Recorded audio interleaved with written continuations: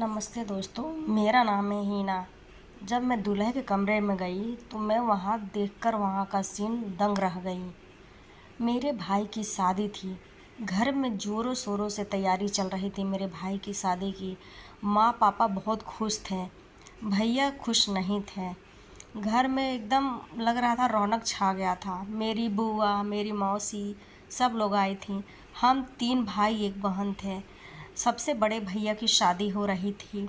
मेरे पापा जो थे उनको लड़की बहुत पसंद थी और मेरे पापा एक बड़े बिजनेसमैन थे। मेरे भैया की एक गर्लफ्रेंड थी जिसको वो बहुत चाहते थे। उनकी गर्लफ्रेंड बहुत बड़े बाप की बेटी थी, इसीलिए उनकी गर्लफ्रेंड उनसे शादी नहीं की, क्योंकि उनके पापा जो थे वो नहीं चाहते थे कि मेरी बेटी की शादी मेरे ऐसे घर में करूं। मेरे भैया बहुत दुखी हुए क्योंकि उनकी पसंद की लड़की से शादी नहीं हो रही थी। फिर भी वो घर की इच्छा के लिए वो शादी कर रहे थे उस लड़की से। लड़की बहुत सुंदर थी, उसका नाम था सपना। सपना बहुत ही सुंदर थी। मेरे भैया भी बहुत सुंदर थे। जब भैया की बारात निकली तो हम बारात लेके जब उनके गए हम वहाँ ससुराल में, तो वहाँ पे उस लड़की की भी शादी हो गई थी जिसे ये चाहते थे। उसी के बगल में वो लड़की रहती थी जिस लड़की से शादी तय हुआ था सपना से। सपना के घर के बगल में ही वो रहती थी। जब उसने भैया को देखा तो वो चौंक गई। वो भैया के लिए जो कमरा सजाया गया था रहने के लिए, उसी कमरे में भैया आराम कर रहे थे शादी से पहले। अभी शादी की तैयारियां चल रही थी और मंडप में पूरा सज गया था। मंडप में दूल्हा को बुलाया जा रहा था। उसी समय मेरे भैया की जो गर्लफ्रेंड थी वो आ गई और उनसे ज़िद करने लगी कि नहीं, तुम शादी नहीं करोगे, तुम बिल्कुल शादी नहीं करोगे, मैं तुम्हारे बिना नहीं रह सकती, प्लीज़ मुझसे शादी कर लो। मेरा पति बिल्कुल अच्छा नहीं है, वो हमेशा बाहर ही रहता है, मुझे बिल्कुल खुशी नहीं होती है उसके साथ, मेरी ज़िंदगी बर्बाद हो गई है, मैं तुमको छोड़ के बहुत पछता रही हूँ करते रहता था। यहाँ पर उसकी बीवी, मेरे भैया फंस चुके थे। मुझे समझ में नहीं आ रहा था कि मैं क्या करूँ। मैंने भाभी को फ़ोन किया और भाभी से कहा कि भाभी वापस आ जाओ, पर भाभी वापस नहीं आई। मैंने मम्मी को बोला और पापा को। पापा ने भैया को बहुत डांटा और भैया को बोला कि जाओ लेके आओ अपनी बीवी को। भैया उसके मायके चले गए और जाके वहाँ उन्होंने बहुत समझाया भाभी को कि चलो मुझे माफ़ कर दो, मैं कुछ भी ऐसा नहीं करूँगा। भाभी आ गई पर भैया का रवैया वैसा ही रहा। वो अपनी गर्लफ्रेंड से मिलना छोड़े नहीं। एक दिन घर पे पार्टी थी, भैया के कुछ दोस्त आने वाले थे। भाभी ने बहुत अच्छा खाना बनाया था।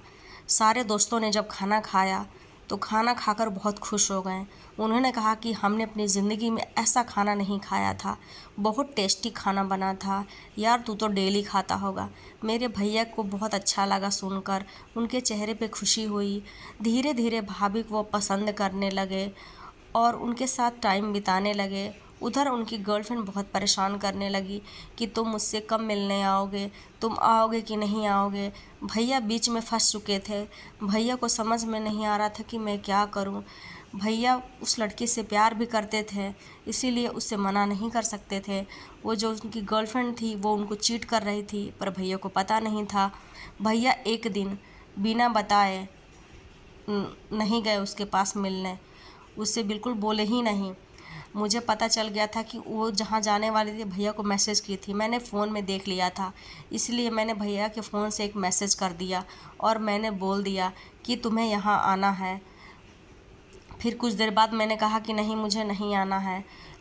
उनकी गर्लफ्रेंड समझ में नहीं आ रहा था कि क्या कहना चाहते हैं।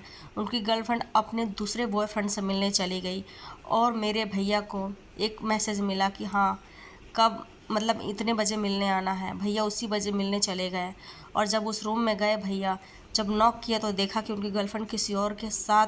उनको बहुत दुख हुआ, बहुत ही बुरा लगा और वो वापस आए और वो अपनी बीवी से माफ़ी मांगने लगे। भैया बहुत माफ़ी मांगे। भाभी बहुत खुश हो गई। वो बोले कि घर का बुद्धू चाहे जैसा भी हो मेरा पति है, कम से कम मेरे घर तो आ गया। भाभी इतनी खुश थी कि पूछिए मत। भाभी का 3 लड़का और 1 लड़की हुई। भाभी अपनी ज़िंदगी में बहुत खुश रहने लगी। दोस्तों, अगर आपका पास्ट भूलने में अगर प्रेजेंट अच्छा होता है तो पास्ट को भूलना ही सही है। प्रेजेंट को जीना आसान नहीं है, पर हाँ आप जीना आसान कर सकते हैं। कोई अपने पहले प्यार को भुला नहीं सकता है, पर दोस्तों अगर ज़िंदगी जीनी है तो प्यार को यादों में रखिए, भूलिए मत, पर हाँ उसकी वजह से अपना वर्तमान बर्बाद मत करिए।